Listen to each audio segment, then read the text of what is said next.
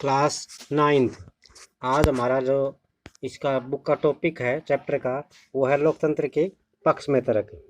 कल हमने यहाँ तक पढ़ लिया था। अभी फिर देखते हैं एक बार दोबारा से।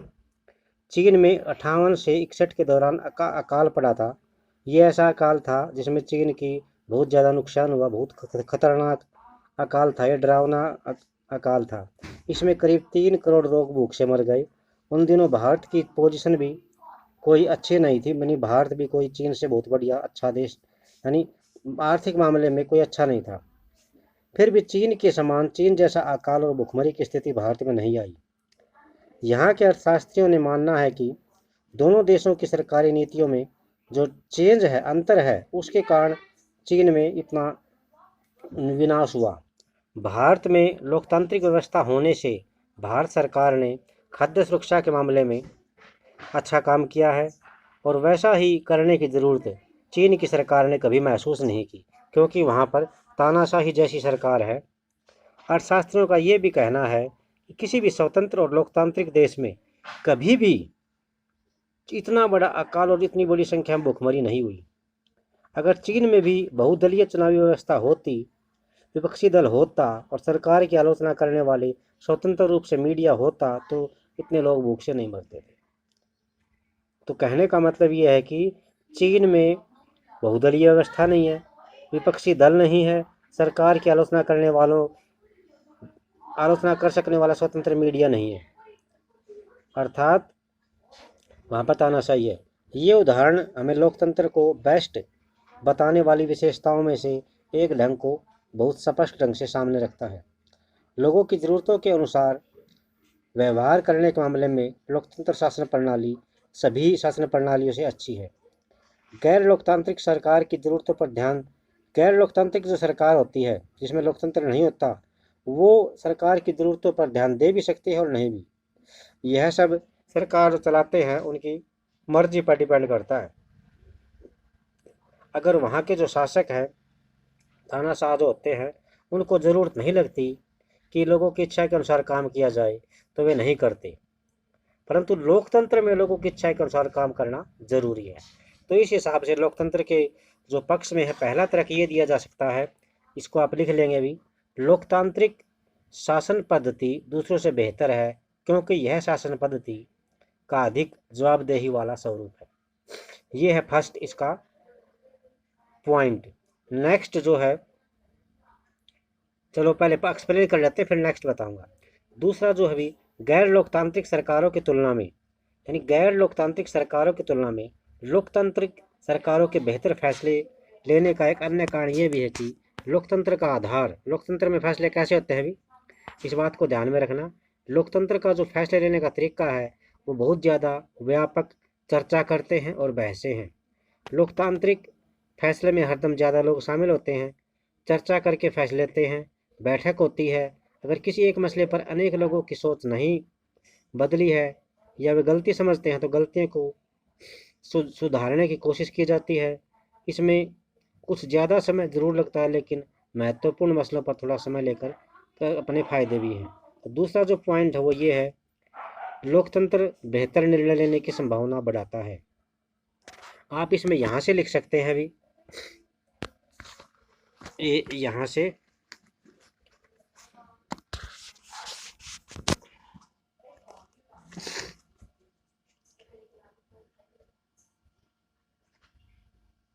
ये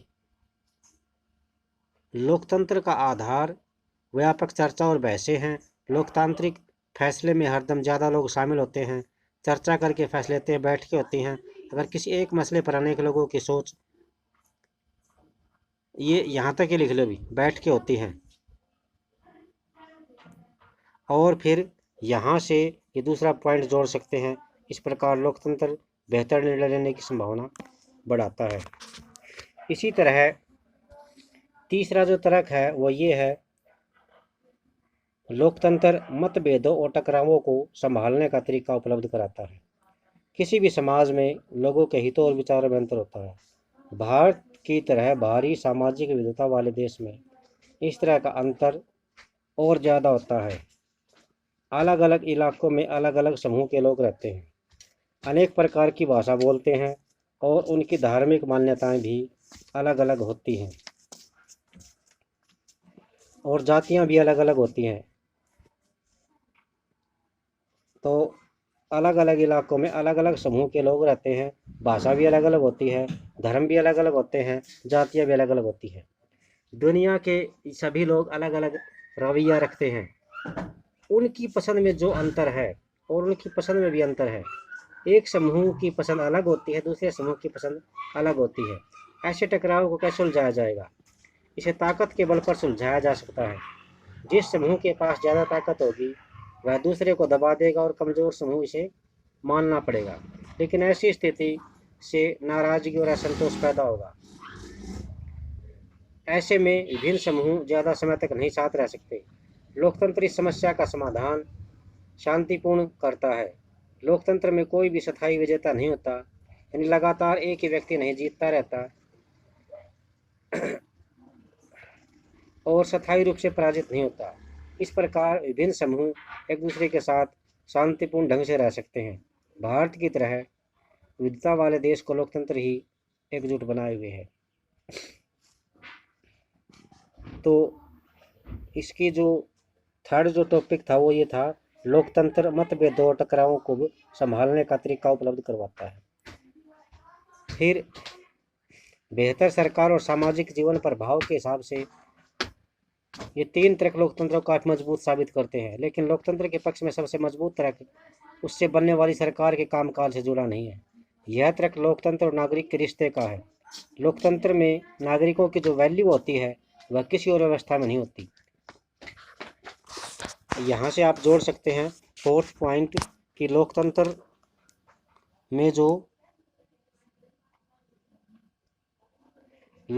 में नागरिकों की जो हैसियत होती है वह किसी और व्यवस्था में नहीं होती। अगर इस व्यवस्था में बेहतर फैसले लेने और उत्तरदायी सरकार चलाने का काम न भी हो तो भी यह दूसरों से बेस्ट है। तो चौथे पॉइंट में ये जो निशान लगाया अभी ये लाइन लिखेंगे और ये फिर लिखेंगे उसके बाद, अर्थात लोकतंत्र में नागरिकों का सम्मान बढ़ता है। लोकतंत्र राजनीतिक समानता के सिद्धांत पर आधारित है। यहाँ सबसे गरीब और अनपढ़ को वही दर्जा प्राप्त है जो अमीर और पढ़े लिखे लोगों को है। यहाँ तक लिखना है अभी, अमीर और पढ़े लिखे लोगों को है। जो लोग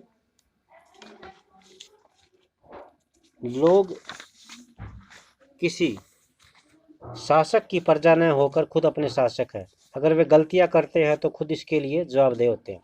लोकतंत्र के पक्ष में आखिरी तर्क यह है कि लोकतांत्रिक व्यवस्था दूसरों से बेहतर है क्योंकि इसमें हमें अपनी गलती ठीक करने का अवसर मिलता है। पांचवा पॉइंट ये है भी, जैसा कि ऊपर हमने देखा भी है, इस बात की कोई गारंटी नहीं है कि लोकतंत्र में कोई गलती नहीं होती। गलती हो सकती है, किसी भी किस्म की गारंटी नहीं दी जा सकती। इस मामले में लोकतंत्र का लाभ यह है कि इसमें गलतियों को ज़्यादा देर तक छुपाए नहीं रखा जा सकता। इन गलतियों पर सार्वजनिक रूप से चर्चा की जाती है और फिर इसमें सुधार करने की गुंजाइश भी होती है।